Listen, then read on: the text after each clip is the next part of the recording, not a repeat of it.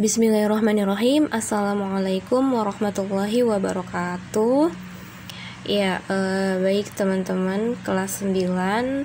Alhamdulillah kita masih bisa bertemu kembali di pelajaran IPA. Alhamdulillah ini pembahasan terakhir kita tentang kemagnetan. Dan alhamdulillah kita sudah melewati beberapa pembahasan. Yang pertama adalah dalil yang berhubungan dengan kemagnetan, kita sudah bahas. Kemudian fenomena alam seputar kemagnetan, dan juga ada apa lagi, kita sudah belajar tentang konsep gaya magnet, tentang dari mana magnet itu berasal, kemudian apa sifat-sifat di dalam magnet dan lain sebagainya. Nah, untuk kali ini kita akan lanjutkan tentang aplikasi konsep kemagnetan. Oke lah, langsung saja ya. Aplikasi atau konsep kemagnetan. Aplikasi itu adalah penerapan dalam kehidupan sehari-hari tentang konsep kemagnetan. Yang pertama adalah motor listrik. Motor listrik ini adalah salah satu penerapan konsep gaya Lorentz, di mana konsep gaya Lorentz itu adalah dengan cara menggunakan magnet yang dialiri dengan arus listrik, sehingga karena adanya magnet yang dialiri arus listrik itu akan menimbulkan gaya magnet gitu kira-kira, dan juga adanya arus listrik di situ. Nah, motor listrik ini cara kerjanya adalah dengan cara mengubah energi listrik menjadi energi gerak gitu. Nah, contoh dalam kehidupan sehari-harinya itu apa sih? Yaitu contohnya adalah pada kipas angin, dia berfungsi untuk menggerakkan baling-baling pada kipas angin. Itu salah satu contohnya.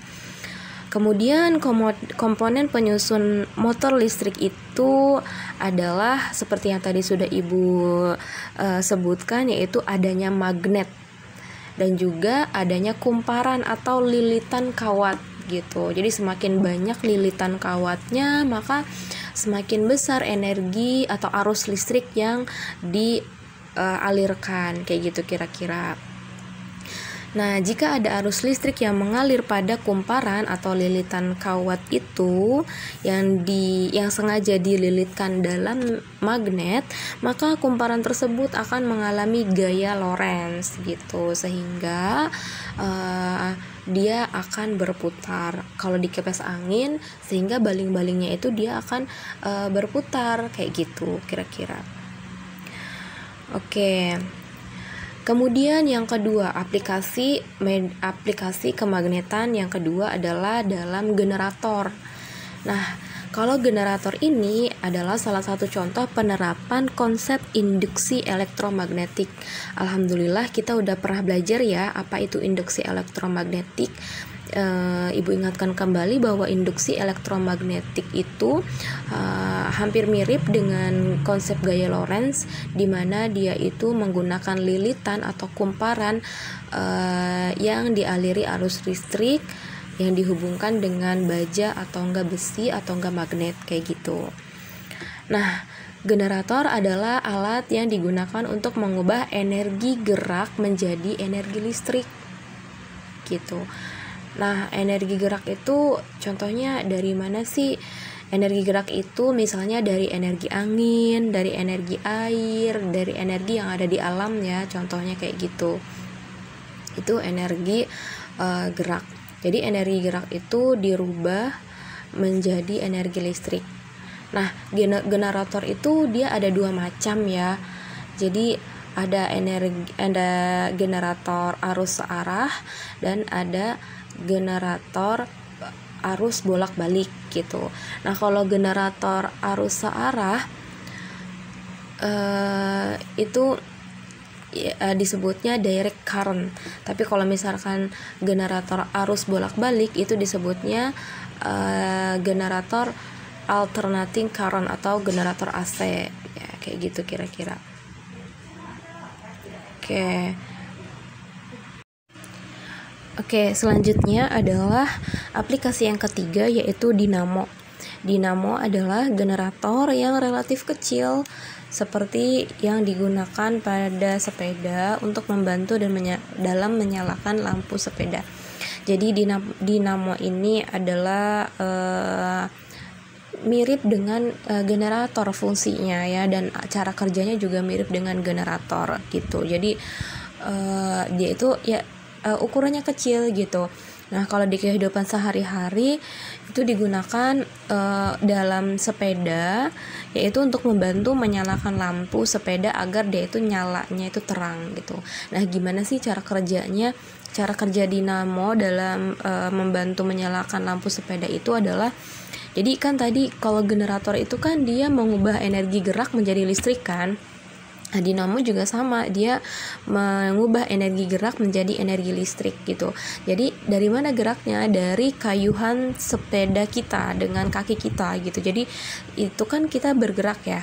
Kemudian juga kita menggerakkan roda-roda pada sepeda, sehingga di dekat roda itu ada dinamo yang diletakkan untuk dia itu juga bergerak. Jadi dinamonya bergerak, dinamonya ikut bergerak, sehingga akhirnya semakin cepat kita mengayuh sepedanya, maka semakin cepat pula si dinamo itu bergerak, sehingga aliran listriknya itu semakin besar. Karena semakin besar aliran listrik, nyalalah lampunya gitu. Makanya kenapa semakin kita memperbanyak goesan kita atau semakin cepat kita menggoesnya, lampunya juga semakin nyala terang kayak gitu ya. Nah, dinamo AC/DC ini salah satu penerapan konsep induksi elektromagnetik ya. Energi listrik yang dihasilkan itu bergantung pada percepatan putaran. Ya benar ya. Jadi semakin cepat kita mengayuh sepedanya, maka si dinamo juga akan semakin keras dia bekerja. Nah, kemudian juga dia juga bergantung pada penggunaan magnet yang kuat. Terus banyaknya lilitan pada dinamo juga mempengaruhi. Semakin banyak lilitan, maka semakin besar arus yang akan dihasilkan gitu. Oke, itu kita seputar tentang dinamo. Yang selanjutnya adalah tentang transformator. Transformator ini adalah pernah nggak kalian berpikir tentang dari mana sih asalnya listrik yang ada di rumah kita? Kita kan taunya dari PLN gitu kan. Nah, PLN itu cara kerjanya gimana sih? Pernah nggak berpikir demikian? Nah, jadi PLN yang ada di misalkan pembangkit listrik tenaga air yang ada di daerah pantai, kemudian pembangkit listrik tenaga uap misalkan yang ada di daerah-daerah tertentu gitu kan. Nah, itu gimana sih sebenarnya mereka menghasilkan tenaga listrik yang sangat besar. Tetapi tenaga listrik yang sangat besar itu tidak bisa langsung dialirkan ke rumah-rumah penduduk. Kenapa? Karena berbahaya gitu. Jadi yang dikonsumsi oleh penduduk atau di rumah-rumah kita itu ada batasan tertentu gitu. Gak bisa gede banget, itu gak boleh karena akan berbahaya gitu. Jadi harus disesuaikan. Nah, sedangkan yang dihasilkan dari PLTU, PLTA misalkan gitu ya, pokoknya pembangkit listrik yang ada itu dia jumlahnya gede. Nah, sehingga dibutuhkanlah transformator. Gunanya apa? Gunanya kita lihat dulu ya. Transformator itu apa sih? Transformator adalah salah satu alat yang didesain untuk menurunkan dan juga untuk menaikkan tegangan listrik. Jadi di transformator ini memiliki dua fungsi. Dia itu bisa menurunkan dan juga bisa menaikkan gitu. Nah, tadi kan balik lagi ke PLTU atau PLTA atau PLN gitu ya. Dia kan memiliki tegangan yang besar sehingga dibutuhkan transformator untuk menurunkan tegangan agar tegangan listrik yang dikonsumsi oleh penduduk itu dia relatif kecil gitu, nggak gede-gede banget gitu. Nah, terus pertanyaannya transformator jenis apa yang dia itu bisa untuk menurunkan tegangan listrik? Jadi transformator itu ada dua macam. Yang pertama ada step up sama step down. Kalau step up namanya up itu kan dia naik ya. Jadi transformator step up itu berarti dia fungsinya untuk menaikkan tegangan listrik gitu. Nah, salah satu ciri dari transformator step up itu adalah jumlah lilitan primernya itu lebih kecil dibandingkan lilitan sekunder.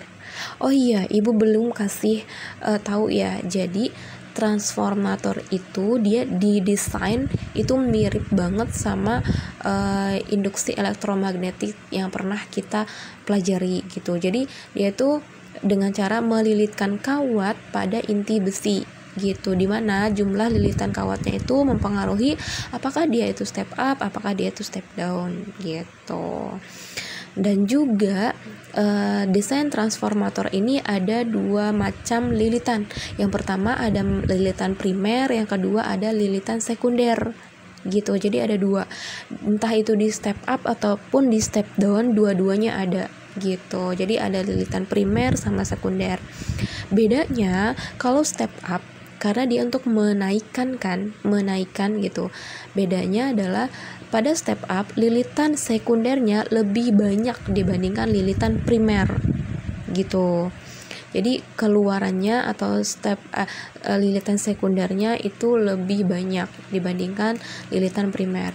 Nah, kebalikannya step down itu dia justru lilitan sekundernya lebih sedikit karena dia tuh menurunkan dibandingkan lilitan primer gitu. Kemudian transformator ini juga dipengaruhi oleh arus listrik dan juga banyaknya tegangan. Jadi tegangan listrik pada primer itu misalkan tegangan listrik pada primer lebih tinggi dibandingkan tegangan listrik pada sekunder, maka dia termasuknya ke dalam transformator step down gitu kira-kira ya, dan berlaku sebaliknya. Oke, kemudian sebentar. Oke, untuk selanjutnya adalah MRI.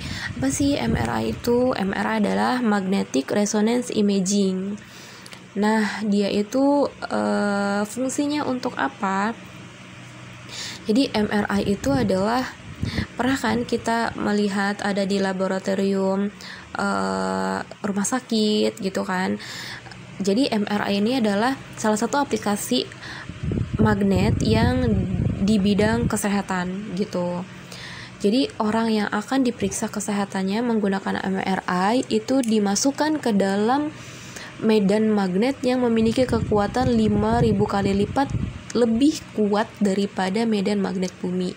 Kita kan pernah mungkin ya lihat entah itu di majalah atau enggak di televisi atau enggak di internet gitu, bentuknya MRI itu seperti apa. Kan seperti tabung atau enggak lorong gitu kan, terus manusia bisa masuk ke lorong tersebut gitu. Nah, ternyata di lorong itu sudah ada dimasukkan medan magnet yang besarnya itu adalah 5.000 kali lipat lebih kuat dibandingkan medan magnet bumi. Wah, Masya Allah banget kan. Jadi lebih besar banget gitu. Nah, ternyata medan magnet sebesar itu tuh dia bisa mengakibatkan nukleon.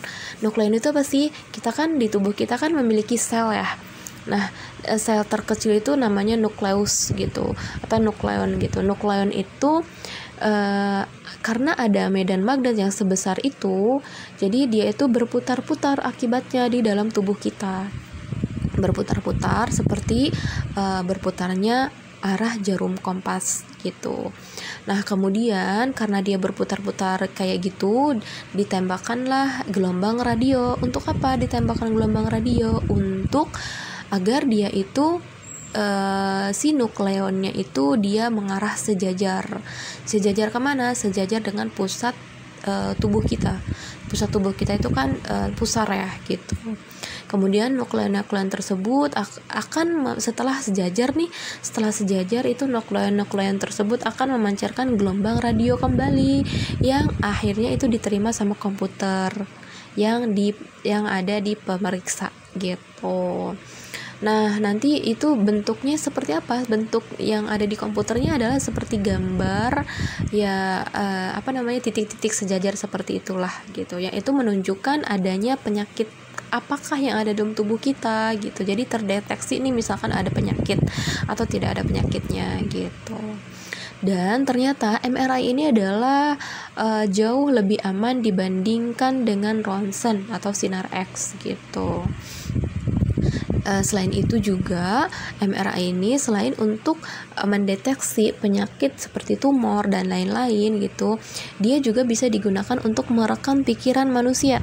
Misalnya untuk merekam bagian otak yang menanggapi rangsang panas atau juga rangsangan dingin gitu.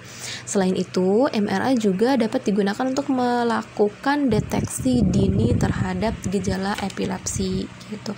Oh, ini sangat-sangat bermanfaat ya MRI ini gitu. Jadi itu dalam bidang kesehatan. Kemudian dalam bidang transportasi ada kereta maglev. Apa itu maglev? Maglev itu singkatan dari magnetically levitated, yaitu disebut juga kereta terbang. Wah, keretanya bisa terbang ya? Enggak juga, maksudnya bukan terbang dalam artian di awan gitu ya. Tapi kenapa sih kok bisa disebut kereta terbang?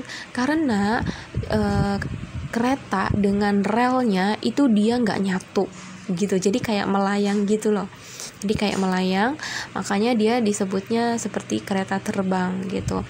Karena umumnya kan kalau di Indonesia kereta itu kan dia antara relnya sama keretanya sendiri dia nyatu ya gitu, maksudnya nempel gitu.